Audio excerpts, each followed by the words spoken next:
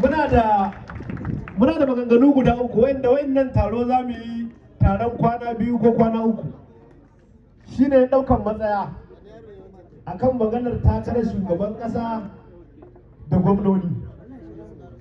Shi yasa muka ce da Allah duk wanda yake kungiyar nan in ina da mai gida ba mu hana shi mu'amala da shi ba, amma dai mu yi hankin a rawun don kila za mu iya zuwa mu ɗauki layin da ba mai gidan ka yake ba, kuma dole za ka mana kara don shi ne mu ma za mu iya maka karan. Ita ce guda biyu, ko da ka yi kokarin da za mu zauna da mai gidanka mu shiga cikin tafiye shi gadan ya mana alƙawarurrukan da zai mana, kuma ya ba mu iya abin da za mu iya karɓa na wanda za mu taya shi aiki.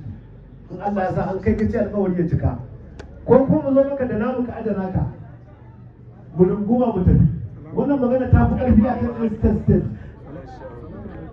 Wannan magana tana da ƙarfi akan yan state.